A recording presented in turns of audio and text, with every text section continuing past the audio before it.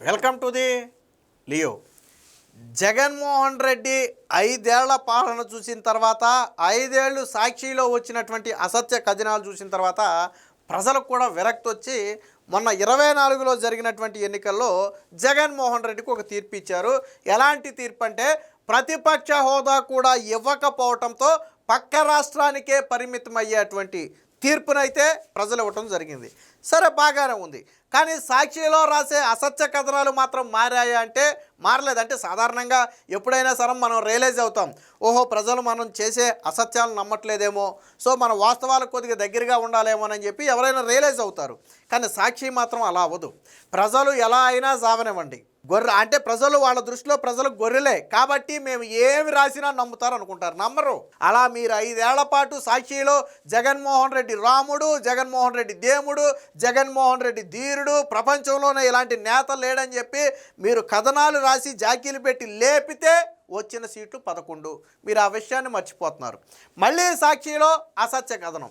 ఎవరైనా సరే ఆ ప్రజలకు జరిగే మంచిని ఎత్తి చూపారనుకోండి, వాళ్ళు శత్రువులు. అదంతా చంద్రబాబు మీడియానో లేకపోతే ఎల్లో మీడియానో వీళ్ళకి అయిపోద్ది. ఇప్పుడు గతంలో ఆంధ్రజ్యోతికి ఎన్టీ రామారావు గారి సమయంలోనే ఆంధ్రజ్యోతికి కొంత స్థలం కేటాయించారు. అదేమి ఇప్పటికిప్పుడు చంద్రబాబు గారు కేటాయించింది కాదు. తరువాత అది నేషనల్ హైవే బఫర్ జోన్లో కొంత భాగం పోతే ఆ పోయిన భాగానికి ప్రత్యామ్నాయంగా అంతే మొత్తంలో మాకు వేరొక చోట కేటాయించండి అని అప్పుడు ఆంధ్రజ్యోతి అడిగితే 2017లో చంద్రబాబు గారు అప్పుడు సీఎంగా ఉన్న సమయంలో కేటాయించారు. అయితే అప్పట్లోనే ఇది ఆంధ్రజ్యోతికి దారాదత్తం అని చెప్పి సాక్షిలో కథనాలు రాశారు. కానీ అది వాస్తవం కాదు. ఆల్రెడీ ప్రభుత్వం భూమికి డబ్బులు కట్టించుకుని భూమి కేటాయించింది. అదేమి ఫ్రీగా రూపాయికి ఇచ్చింది కాదు. ఆ రోజు మార్కెట్ వాల్యూ ప్రకారం మొత్తంగా ఎకరన్నర ఎంతో సుమారు అనుకుంటుంది, ఎకరం 70 సెంట్లు మార్కెట్ రేటు ప్రకారం కట్టించుకున్నారు. తర్వాత అది నేషనల్ హైవే బఫర్ జోన్లో పోయింది. కొంత భాగం పోయిన భాగానికి ప్రత్యామ్నాయంగా వేరొక చోట కొంత భాగం ఇవ్వమన్నారు. అప్పుడు రేటు ప్రకారం దానికి డబ్బులు కూడా కడతామని చెప్పారు. సో అలాగే అప్పుడు ప్రభుత్వం కూడా కేటాయించింది. అయితే జగన్ వచ్చిన తర్వాత ఏం చేశాడు అంటే దాన్ని పేదలకు ఇవ్వాలని చెప్పి లాగేసుకున్నాడు. ఏదైతే పోయిన భాగానికి ప్రత్యామ్నాయంగా వెనకనే ఆనుకుని మరికొంత భాగాన్ని ప్రభుత్వం కేటాయించిందో దాన్ని పేదలకు ఇవ్వాలంటే జగన్మోహన్ రెడ్డికి ఆంధ్రజ్యోతికి ఇచ్చిన 70 సెంట్లే పేదలకు ఇవ్వడానికి కనపడింది తప్ప రాష్ట్రంలో ఎక్కడా భూమి కనపడాల. లేకపోతే అమరావతి కోసం చంద్రబాబు సేకరించిన దాంట్లోనే పేదలకు ఇళ్ళు ఇస్తాడు, భూములు ఇస్తాడు తప్ప ఆయన ఎక్కడా సేకరించి ఇవ్వలేడు. అంత సత్తు ఆయనకి లేదు. ఎందుకంటే ఆయన 1 సెంటు విశాఖలో భూసేకరణ ప్రయత్నం చేశాడు రాజధాని పేరుతో. ఎవడు దేకల సొంత పార్టీ కార్యకర్తలు కూడా సభలు పెడితే వెళ్ళిపోయారు భూమి మేము ఇవ్వమని. ఎందుకంటే అప్పటికి అమరావతి రైతుల దుస్థితాడు చూసి భయం వేసింది. సో జగన్మోహన్ రెడ్డి ఎక్కడ సేకరించలేడు. రాష్ట్రంలో ఎక్కడా లేనట్టు ఆంధ్రజ్యోతికి కేటాయించిన భూమే కావాలంట అని ఆ పేరుతో లాక్కున్నాడు. నిన్న కూడా సాక్షిలో ఒక అచ్చోసిన కథను రాశాడు. వాస్తవానికి దీనికి చెంప చెల్లుమనే కౌంటర్ ఆల్రెడీ ఆంధ్రజ్యోతి మొన్న ఇచ్చింది. అయితే మళ్ళీ అప్పుడు నోరి బెగల్లా ఒక 15 రోజులు గ్యాప్ తీసుకుని తర్వాత మళ్ళీ ఒక చిన్న బొక్క పట్టుకుని వచ్చి రాద్ధాంతం చేసే ప్రయత్నం చేశారు. దానికి కూడా మళ్ళీ ఆంధ్రజ్యోతి చెంప చెల్లుమనే సమాధానం ఇచ్చింది. వాస్తవం ఏంటంటే 2017లో కోర్టుకి వెళ్ళింది ఆంధ్రజ్యోతి. ఎప్పుడైతే జగన్మోహన్ రెడ్డి కేటాయించిన భూమిని లాగేసుకున్నాడో ఆంధ్రజ్యోతి కోర్టుకి వెళ్తే అది విచారణ సాగుతూ కూటమి ప్రభుత్వం వచ్చిన తర్వాత ఫైనల్ తీర్పు వచ్చింది. ఏమని? జగన్మోహన్ రెడ్డి కోర్టుకి వెళ్ళింది. సో పోయిన భూమికి ప్రత్యామ్నాయంగా భూమి కేటాయించడం తప్పు కాదు. సో ఆ భూమిని అక్రమంగా అంటే ప్రభుత్వం వెనక్కి తీసుకోవడం కరెక్ట్ కాదు. తిరిగి ఆ భూమిని ఆంధ్రజ్యోతికి అప్పగించండి అని చెప్పింది. అప్పుడు ప్రభుత్వాలతో కోర్టుకి సంబంధం లేదు. జగన్ తీసుకున్నాడు. కోర్టు ఏం చెప్పిందంటే విచారణ తర్వాత ఆ భూమికి వాళ్ళకి అనర్హతలు ఉన్నాయి, వాళ్ళు యాజ్ పర్ రూల్స్ ప్రకారం డబ్బులు కట్టి మరి భూమి తీసుకున్నారు కాబట్టి ఆ భూమిని వెనక్కి తీసుకోవడం కుదరదు, ఆంధ్రజ్యోతికే ఇవ్వాలి అని చెబితే కోర్టు తీర్పు వచ్చిన 13 నెలలకు ఫైనల్ ఆర్డర్స్ ఇచ్చి అంటే ఏడాది తరువాత ఆంధ్రజ్యోతికి ఆ భూమిని ఇచ్చారు. కానీ ఈ కథ అంతా చెప్పరిళ్ళు. అసలు ఆంధ్రజ్యోతికి ఎప్పుడో కేటాయించిన భూమి అని, దాంట్లో బఫర్ జోన్లో పోతే దానికి సంబంధించిన భూమిని ప్రభుత్వం కేటాయిస్తే జగన్మోహన్ రెడ్డి కోర్టుకి వెళ్తే కోర్టు కొట్టేసి మళ్ళీ ఇచ్చేయమన్నదని ఇవేవి చెప్పరాళ్ళు. చెప్పకుండా ఆంధ్రజ్యోతికి దారాదత్తం, అచ్చోసిన కథనం ఆంధ్రజ్యోతికి దారాదత్తం. అసలు విషయాలన్నీ మరుగునే. పైగా మార్కెట్ రేటు ప్రకారం వాళ్ళు అన్ని ట్యాక్సులు కూడా కట్టారు ప్రభుత్వానికి.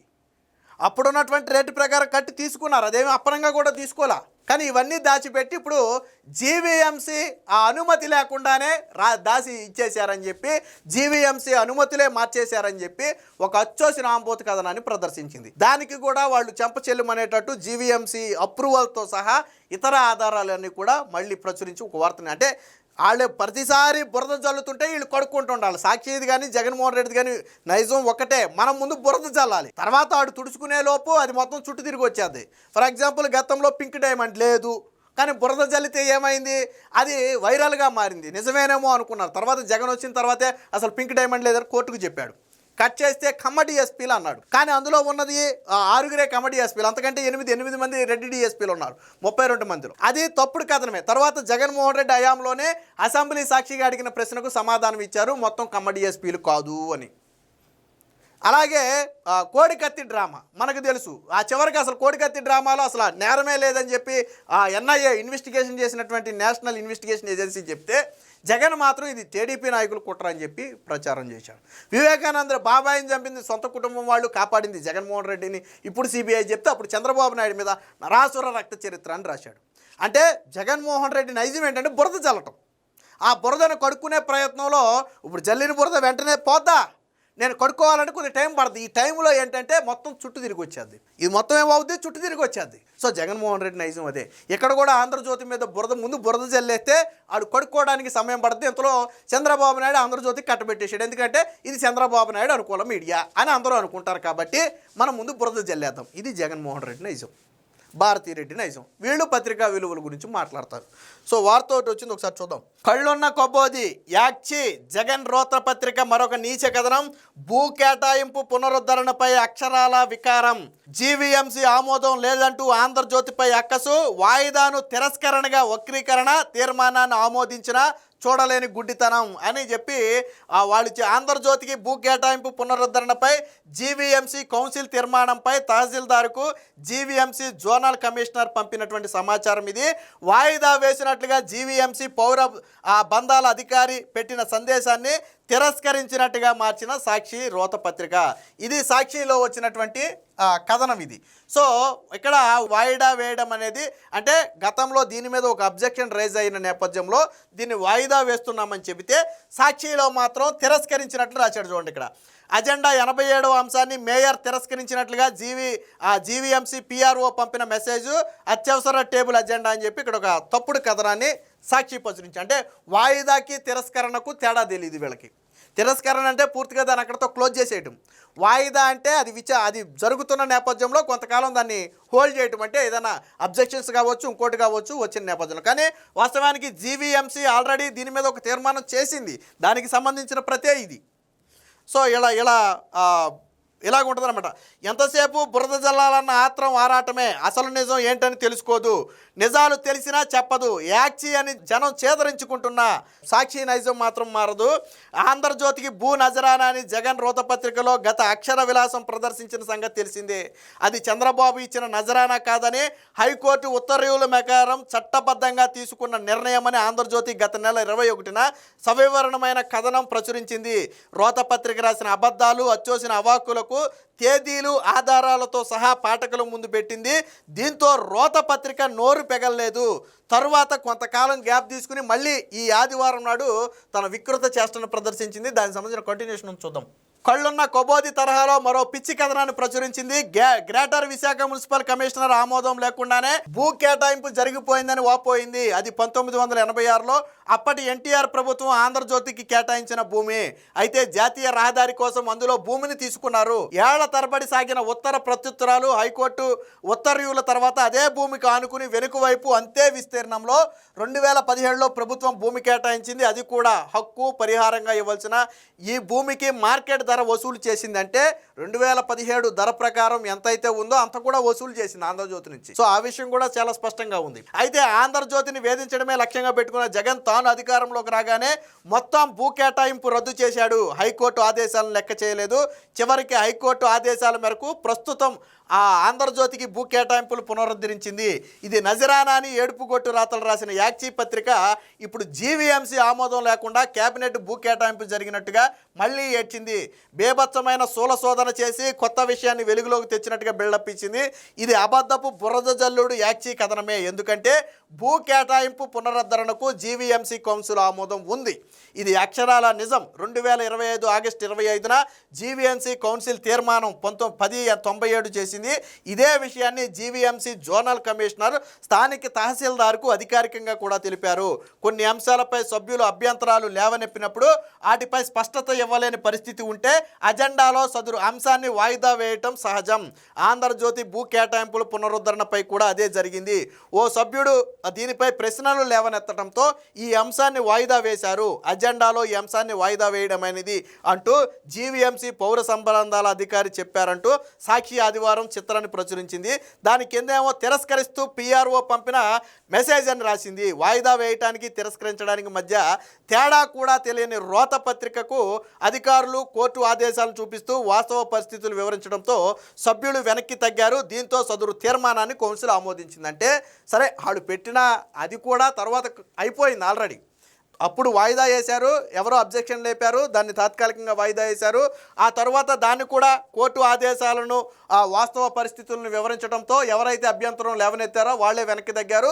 తర్వాత దాని ఆమోదం కూడా అయిపోయింది. ఈ విషయం సాక్షికి తెలుసు, ఆమోదం జరిగిందని సాక్షికి తెలుసు. కానీ దాన్ని మార్చేశారా, తీర్మానాలనే మార్చేశారా అని చెప్పి మళ్ళీ ఎదవ రోతపత్రిక మళ్ళీ ఇక్కడ ఇక జీవీఎంసీలో తీర్మానాన్ని మార్చారా అంటూ రోతపత్రిక మరొక పిచ్చి సందేహాన్ని లేవనెత్తింది. గత ఆగస్టులో చేసిన తీర్మానాన్ని మార్చేస్తే ఇంకా సభ్యులకు తెలియకుండా ఉంటుందా? జీవీఎంసీలో వైసీపీ సభ్యులు కూడా ఉన్నారు కదా, వారు నిలదీయకుండా ఉంటారా? భూ కేటాయింపు పునరుద్ధరిస్తూ 2025 ఆగస్టు 25న కౌన్సిల్ ఆమోదించడం నిజం.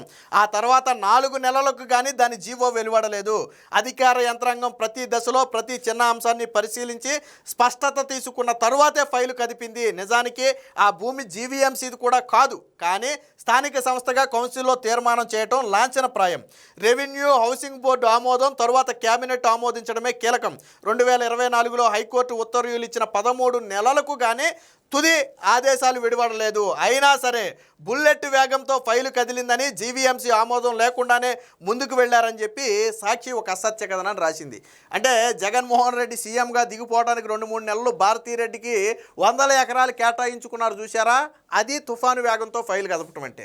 ఎందుకంటే ఇంకా 2 నెలల్లో ముఖ్యమంత్రి పదవి నుంచి దిగిపోయేటప్పుడు భారతీరెడ్డి సిమెంట్కి గనులు ఎలా కేటాయించుకున్నాడు జగన్మోహన్ రెడ్డి? ఇది కోర్టు తీర్పు వచ్చిన 13 నెలల తరువాత ఫైనల్ డెసిషన్ వచ్చింది. కోర్టుకి వెళ్ళింది కూడా జగన్మోహన్ రెడ్డే, హైకోర్టుకి వెళ్ళింది జగన్మోహన్ రెడ్డే. కానీ హైకోర్టు కొట్టేసింది దాన్ని. ఆంధ్రజ్యోతి ఆ భూమి తీసుకోవడానికి అన్ని విధాల అర్హులు, దానికి అన్ని ట్యాక్సులు వాళ్ళు చెల్లించారు కాబట్టి ఆ భూమిని ప్రభుత్వం తిరిగి స్వాధీనం చేసుకోవడం కుదరదని చెప్పింది. అంటే హైకోర్టు ఆదేశాలు అమలు చేయడానికే కూటమి ప్రభుత్వానికి 13 నెలలు పడితే ఇది తుఫాను వేగం అంట. ఇదే తుఫాను వేగం అయితే, బుల్లెట్ ట్రైన్ వేగం అయితే మరి కరెక్ట్గా ఎన్నికలకు 2 నెలల ముందు దరఖాస్తు చేసిన నెల రోజుల్లోనే గనులు కేటాయించుకున్నారు చూసారా? ఏళ్ల తరబడి సాగే ప్రాసెస్ని. మరి అది ఏ వేగంతో అనాలో వాళ్ళకే తెలియాలి. అంటే అనునిత్యం బురద జల్లితే ఆ బురద వీళ్ళు కడుక్కుంటూ ఉంటారు. ఇంతలో అసత్యం ఊరంతా తిరిగి వచ్చేది. సో నిజం గడప దాటేలోపు అబద్ధం ప్రపంచం అంతా తిరిగి వద్దని ఒక పాత సామెత ఉంది, అదే సాక్షి ఫాలో అయ్యే సామెత. కాబట్టి అందుకనే ఇలా అడ్డగోలు కథనాలు ప్రచురిస్తుంది. ఆంధ్రజ్యోతికి ఎటువంటి భూమి కూటమి ప్రభుత్వం కేటాయించలేదు. 2017లో కేటాయించిన దాన్ని జగన్ రద్దు చేస్తే మళ్ళీ ఆంధ్రజ్యోతి కోర్టుకెళ్ళి తెచ్చుకున్నటువంటి భూమే ఆ భూమి తప్ప కూటమి ప్రభుత్వం ఇచ్చింది కాదు. సాక్షిలో వచ్చే ఇలాంటి రోత కథనాలను, అసత్య కథనాలను ప్రజలు నమ్మొద్దని మనవి. Please subscribe to Leo news for more videos.